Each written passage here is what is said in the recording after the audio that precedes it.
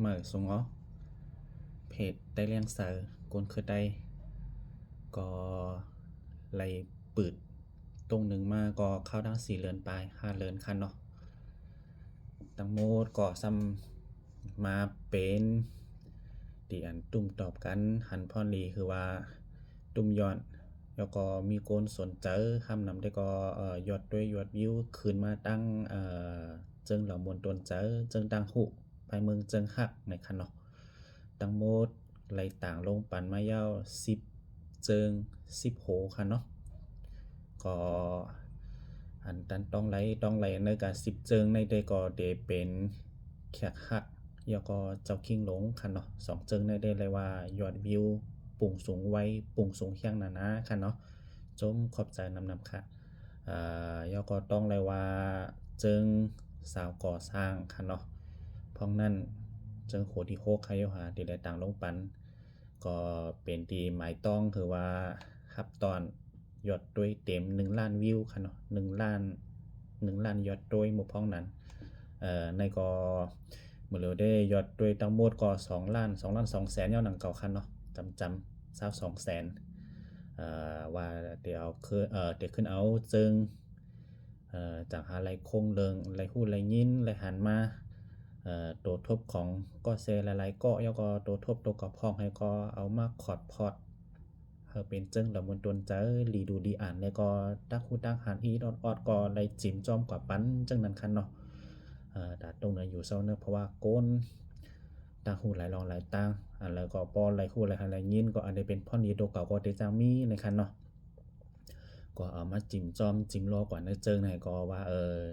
ไหลจือหัวขอเจิงว่าสาวหมักจอกในคันเนาะเป็นเอามาขอดพอดเป็นเจิงเหล่ามวลไว้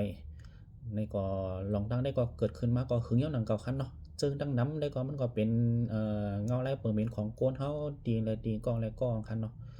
ก็หึงนานๆโปนมา10-20ปี30-40ปีขึ้นเลยมาคบมาหันกันมาอุบมาหลัดในการไข่ในกันจังนั้นจังใดในก็หลายตีคันเนาะเอามาคอดพอดมาเอามาวนเป็นเจิงให้ก็วนคับแต้มจังทัดทองให้ก็ต่างลงปันกว่าจอมในก่อนหนังว่าคันเนาะข้าวยำก็เตรียมก็เป็นเหมือนหนังใจคันเนาะตั้งเหตุการณ์เหตุงานแฮจะเรียกว่าเดี๋ยวปล่อยไปการไปงานแห่เตรียมเจิงเมียวเลียวก็ซ้ำเจอคันแหละเนาะก็หีมาข้าวยำโหนพองโคคำพอง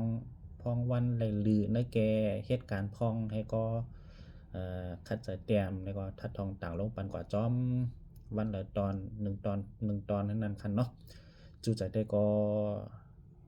หันถึงเจอผู้อ่านอยู่เหมือนกันคันเนาะเจิงบางอันก็เพราะมันเป็นตีสนใจติดจันเจอก็แล้วก้อนนั่นหนังว่าเขาว่าสังเป็นไรมีใครยำได้ก็ใครเอาต่างลงปันสุดโหสุดเจิงใครมันสุดตอนกำเดียวอยู่คันเนาะแต่ก็หนังว่าคันเนาะข้าวยามอันแล้วก็มันเปลี่ยนกว่าจอมข้าวยามในคันเนาะก็ป่องใจปันกันป่องเจอปันตั้งผู้อ่านแล้วก็ผู้อ่านก็ปันป่องเจอเหนือผู้เตรียมในคันเนาะย้อนเปิดลายไฟก็ตั้งแล้วก็ต้องแจกข้าวยามเสียหิมเพศหิมสร้างหนังว่านั่นคันแหละเนาะไหลจือเจิงโหขอเจิงว่าสาวหมักจอกในคันเนาะในก็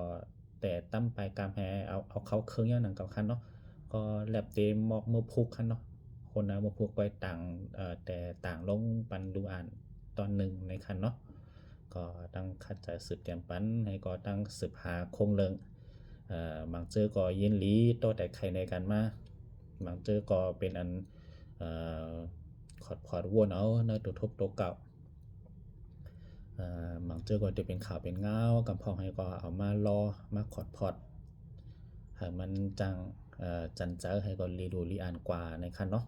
สังเป็นรายการมีตื้อตั้งก็ก็เอาตั้งหูตั้งหันอันนี้เป็นพ่อนลีเนอร์การจู่เซาเนอร์ตรงวงโกนเอามาจิ้มจ้อมเตรียมลงปันกว่าจ้อมในคันเนาะ ก็อะไรว่ามีลองตุ่มตอบกันเนาะลีได้อยู่คันนะตั้งเพจได้เรื่องเซอร์ที่ไรตรงหนึ่งมาในให้ก็อะไรว่ามาเอาหลีมาเปลี่ยนดีดังเจิงในคันเนาะลงกว่าหลายลองหลายเมียวเหมือนแต่มันได้ก็ยังสอกหาตัวเก่าไปหันนะว่าคันเนาะตั้งผู้เตรียมก่อนเนาะตั้งก็ผู้กุมกำเพจในแฮคันเนาะที่ไรขึ้นตรงหนึ่งมาในให้ก็ซ้ำในว่า อ่อเจิงในคันเนาะมาเป็นที่สนใจให้ก็เป็นที่สนใจกันนำให้ก็ติดตามกันมายอดวิวสูงมาจอมันได้ก็ยินชมขอบใจนำเนาะก็เอามาอุบตรงตะกันหัวหน้าในให้ก่อนในคันเนาะเอ่อทอล์กโชว์หัวหน้าแต่ลังสายก็อำไรอุบอำไรลาดมากตรงตักก็เสียเขาเนื้ออะไรมากก็คือยาวหนังเก่าคันเนาะก่อนหนังว้าวครับว่าปนมากกว่าท